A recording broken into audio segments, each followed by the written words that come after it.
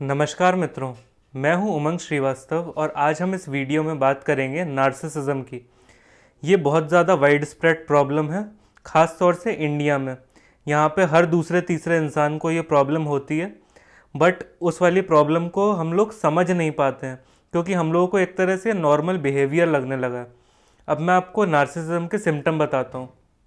आप किसी रिलेशनशिप में हो और आप फील कर रहे हो कि आप बहुत ज़्यादा सॉरी सॉरी बोलने लगे हो। आपको लगता है कि सब चीज़ें आपकी ही फॉल्ट हैं।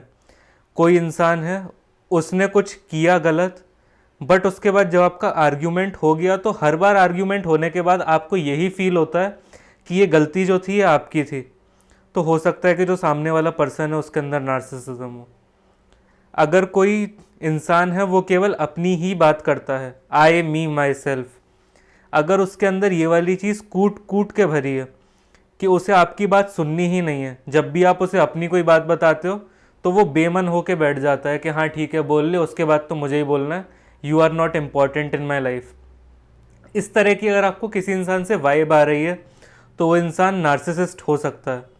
अब नार्सिसिस्ट को पहचानना, मैंने ये दो आपको एग्जाम्पल्स बताए तो आपको लग रहा होगा बहुत ईजी होगा, बट नार्सिसिस्ट के साथ यही प्रॉब्लम है कि जैसे बुली जो है वो कभी माफ़ी नहीं मांगता था, मैंने आपको अपने लास्ट वीडियो में बताया था एंड में कि बुली कभी आपको माफ़ी नहीं मांगे, वो कम आईक्यू का इंसान होता है। बट नार्सिसिस्ट टेंडेंसीज जिस इंसान के अंदर होती हैं वो काफ़ी शार्प माइंडेड हो सकता है, और वो जब भी आप उसे कॉल आउट करो, जैसे बुली को आप कॉल आउट करोगे तो वो आपको बुली करना छोड़ देगा, ये इंसान आपसे माफ़ी मांग लेगा। और फिर हो सकता है कि आपने अपने उस रिलेशनशिप में बहुत ज़्यादा टाइम इन्वेस्ट किया हो, तो आप उस रिलेशनशिप को ख़त्म ना करना चाहो और आप उस इंसान को स्वीकार कर लो, उसके फिर कुछ टाइम बाद से फिर उसके अंदर ये टेंडेंसीज आपको दिखने लगे। ये नार्सिसिज्म काफ़ी ज़्यादा खतरनाक चीज़ होती है। अब मैं आपको एक और एग्जांपल देता हूँ जिससे आप इस चीज़ को रिलेट कर पाओगे कि इंडियन पेरेंट्स के अंदर कितनी ज़्यादा होती है। सपोज़ आप कहीं किसी फंक्शन में गए, वहाँ पे एक बच्चा है, वो एकदम से रोने लगा। अब आपने दो तरह के पेरेंट्स के रिएक्शन देखे होंगे। पहला रिएक्शन क्या होना चाहिए? जेन्युइन रिएक्शन ये होना चाहिए कि बेटा क्या हुआ तुम्हें, क्या लग गई, देखोगे उसे कि क्या हुआ, क्यों रो रहा है, इस चीज़ को पता करने की आप कोशिश करोगे। जो भी पेरेंट होगा उस चीज़ को पता करने की कोशिश करेगा कि बात क्या है, ये क्यों रो रहा है।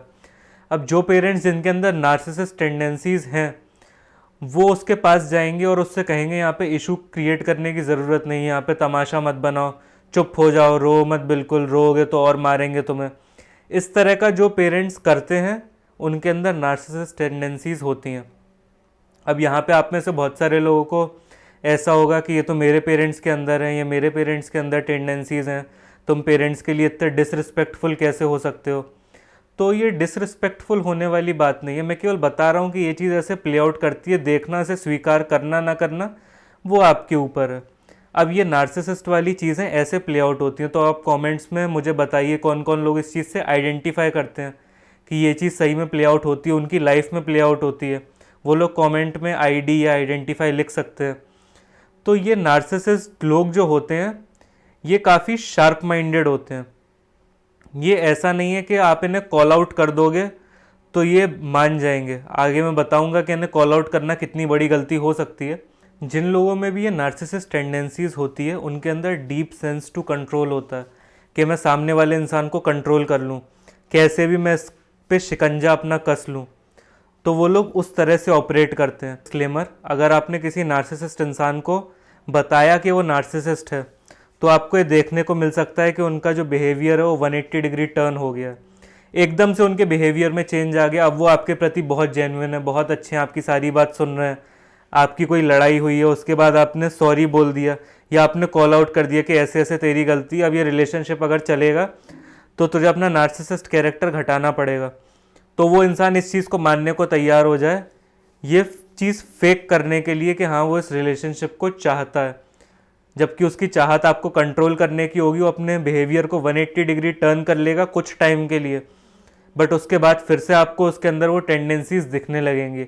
ऐसे करके जब 2-3 बार होगा, जनरली इसकी साइकिल्स जो होती है वो 2 से 3 महीने में रिपीट करती है। जैसे एक बार आपने उससे सॉरी बुलवा लिया, उसका बिहेवियर चेंज हो गया, 2-3 महीने बाद फिर से वो रिपीट होगा।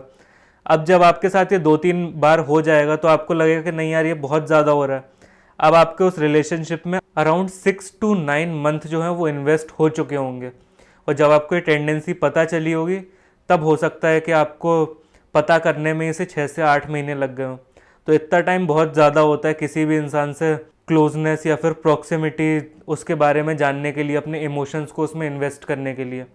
तो अगर ऐसा आपके साथ होता है तो आपको फर्स्ट इंसिडेंट पे ही इस चीज़ को समझना है और अपने आप को डिस्टेंस कर लेना है। इन्हें केवल आप आइडेंटिफाई कर सकते हो और उसके बाद आप इस इंसान से धीरे धीरे रिश्ता जो है वो नीचे लेके आ सकते हो। जैसे अभी आपकी मिलने की उस इंसान से फ्रीक्वेंसी जो है वो दिन में 3 बार है, 2 बार है, 1 बार है, तो आप उसे घटा के हफ्ते में 1 बार कर सकते हो, महीने में 1 बार कर सकते हो। इवेंचुअली आपको उनसे मिलने की फ्रीक्वेंसी को धीरे धीरे कम करना है। आपको उस चीज़ को उतना धीरे धीरे कम करना है कि सामने वाले इंसान को वो चीज़ समझ में तो आए कि इसे पता चल गया है कि मेरे अंदर नार्सिसिस्ट टेंडेंसीज हैं, बट आपने अपने मुंह से उसे नहीं कही कि तेरे अंदर नार्सिसिस्ट टेंडेंसीज हैं। और अगर उसने आपसे डायरेक्टली पूछा कि क्यों तुम मुझसे आजकल बात नहीं करते हो, पहले तो तुम हम लोग इतना मिलते थे, ऐसे करते थे, तो अब आप कहते हो नहीं ऐसी कोई बात नहीं है, मेरे पे टाइम नहीं है, जेन्युइनली मैं इतना बिजी रहता हूँ, आप 4 बहाने गिना सकते हो। तो ऐसे करके आपको धीरे धीरे उस इंसान से अपने आप को डिस्टेंस करना है। अब बहुत सारी जगह ऐसी हो सकती हैं जहाँ पे आप उस इंसान से डिस्टेंस नहीं कर सकते। जैसे आपके अगर पेरेंट्स हैं तो आप उनसे डिस्टेंस नहीं कर सकते कि ऐसी ऐसी बात है। तो पेरेंट्स के केस में क्या है कि आप उन्हें ये चीज़ समझा सकते हो। वैसे तो 50% केसेस में उन लोगों को ये चीज़ समझ में आ जाएगी अगर आपके अंदर मैच्योरिटी है उन्हें समझाने की कि ऐसी ऐसी चीज़ होती है, ये आप प्लीज़ मत किया करिए, मुझे अच्छा नहीं लगता। नार्सिसिज्म होने के साथ साथ अगर वो थोड़ा आपसे कंपैशन भी रखते होंगे, क्योंकि कोई भी चीज़ 0 या 100 में नहीं होती। हो सकता है उनकी नार्सिसिस्ट टेंडेंसीज जो हों वो 70% पे हों, तो वो जो 30% जो उनका बचा हुआ बिहेवियर है जिसमें वो टेंडेंसीज नहीं है, वो बिहेवियर को आप एक्टिव करके उसे एनलार्ज करके उन्हें समझा सकते हो कि ऐसे ऐसे नहीं अच्छा लगता। बट इसमें भी अगर वो नहीं मानते हैं तो या तो आप स्ट्रॉन्ग स्टैंड ले सकते हो कि अब जैसे आपको दिख रहा है कि आपके यंगर सिबलिंग है उसके साथ ऐसा कुछ हो रहा है, आपके साथ ये चीज़ हुई थी बट तब आप इतने बड़े नहीं थे या आपको ये चीज़ पता नहीं थी कि ये चीज़ क्या होती है, कैसे प्ले आउट करती है, बट आपके छोटे भाई बहन के साथ ऐसा हो रहा हो तो आप डायरेक्टली बोल सकते हो, उनसे लड़ सकते हो आप। बट अगर ये वाली चीज़ आपकी लाइफ में हो गई है तो हो सकता है कि आप भी नार्सिसिस्ट बन चुके हो। ये जहर की तरह होता है, ये केवल फैलता ही है। या तो इसे जड़ से काटा जा सकता है कि बचपन से आपके साथ ये समस्या ना हुई हो, या फिर क्लैरिटी देके हटाया जा सकता है कि आपको ये सिचुएशन समझ में आ गई कि आपको ये पता है कि ऐसे ऐसे प्ले आउट होता है, ये चीज़ ऐसे प्ले आउट हुई थी मेरे साथ, तो आप अपनी टेंडेंसीज़ को कंट्रोल कर सकते हो और इसे आगे और फैलने से रोक सकते हो। ये जो नार्सिसिस्ट होते हैं उनके चाइल्डहुड इशू हो सकते हैं कि उनके पेरेंट्स के अंदर ये बिहेवियर रहा हो, ये टेंडेंसीज उन्होंने उनसे ली हो सकता है कि उनके पेरेंट्स में इतना ज़्यादा अग्रेशन हो और नार्सिसिज्म हो कि वो बचपन में उन्होंने अपने बच्चों को ट्रॉमा दिए और आज जो वो बच्चे हैं वो बड़े होके और लोगों को ट्रॉमा दे रहे हैं, क्योंकि उन्हें समझ में आता है कि पावर दिखाने का केवल एक यही तरीका। तो ऐसे ऐसे नार्सिसिज्म जो है लाइफ में प्ले आउट करता है। सॉल्यूशन केवल इतना ही है कि आप उस इंसान से खुद को डिस्टेंस कर सकते हो। अगर आपका कोई लव्ड वंस है तो आप उसे समझा सकते हो कि ऐसे ऐसे आप प्लीज़ मत किया करिए। उसके बाद भी अगर इसकी फ्रीक्वेंसी बढ़ जाए, जैसा पैसिव अग्रेसिव बिहेवियर में मैंने बताया था 10 दिन में 3 से 4 बार ये चीज़ हो रही है, तो फिर आपको उस इंसान से खुद को डिस्टेंस ही करना पड़ेगा, नहीं तो वो आपकी पूरी एनर्जी जो है वो सक कर लेगा। एकदम से आपको पता चलेगा कि रिलेशनशिप में जो 2 लोग रिलेशनशिप में आए हैं उसमें से कंट्रीब्यूटिंग फैक्टर केवल आप ही 100% अपना दे रहे हो, सामने वाला चाहता भी नहीं है। तो ये वाली चीज़ जो है, इस चीज़ का आप लोग ध्यान रखिएगा। जिन लोगों को ये वीडियो अच्छी लगी वो लाइक कर सकते हैं, जिन लोगों को रिलेटेबल लगी वो कमेंट में आइडेंटिफाई लिख सकते हैं। बाकी अगर किसी को किसी और पर्सनल टेम्पलेट पे या कुछ और उसकी लाइफ में प्ले आउट हो रहा है, उसे समझ में नहीं आ रहा है कि इस चीज़ में क्या कर सकते हैं, तो वो लोग मुझसे पर्सनली भी कनेक्ट कर सकते हैं। यहाँ पे आपको मोरलिस्टिक आइडियलिस्टिक नहीं हो जाना है कि मेरा ठेका है दुनिया को ठीक करने का। दुनिया को आप ठीक करने जाओगे तो उनकी जो एनर्जीज़ हैं वो भी आपके अंदर आएंगी, और वो एनर्जीज़ अगर आपके अंदर आ गई तो फिर आप ठीक से नहीं रह पाओगे।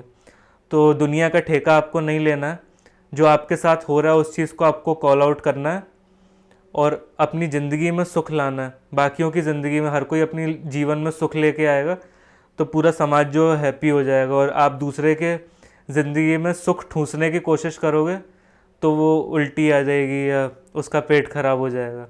तो आप खुद खुश रहिए, इस वाली चीज़ को समझिए जो मैंने आपको इन 4 वीडियोस में बताया है, और देखिए कि कहाँ कहाँ प्ले आउट हो रहा है।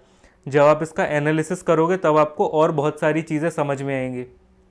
हो सकता है कि आपको इनके कंजंक्शन मिले कहीं पे कि बुली है प्लस नार्सिसिस्ट है, पैसे अग्रेसिव बिहेवियर इसके अंदर बहुत ज़्यादा है, और गैस लाइटिंग भी ये करता है। तो ऐसे करके जो कॉम्बिनेशंस हैं, तो आप थोड़ा सा इसमें दिमाग लगाइएगा कि जो मैंने 4 वीडियोस बनाई हैं इनके टेम्पलेट को लेके कि इनके मिक्स सॉल्यूशन क्या क्या हो सकते हैं। अगर आप वो चीज़ ढूंढ पाते हैं, ढूंढ के आप कमेंट्स में मुझे बता सकते हो कि इसके ये सॉल्यूशंस हो सकते हैं इन कंजंक्शंस के।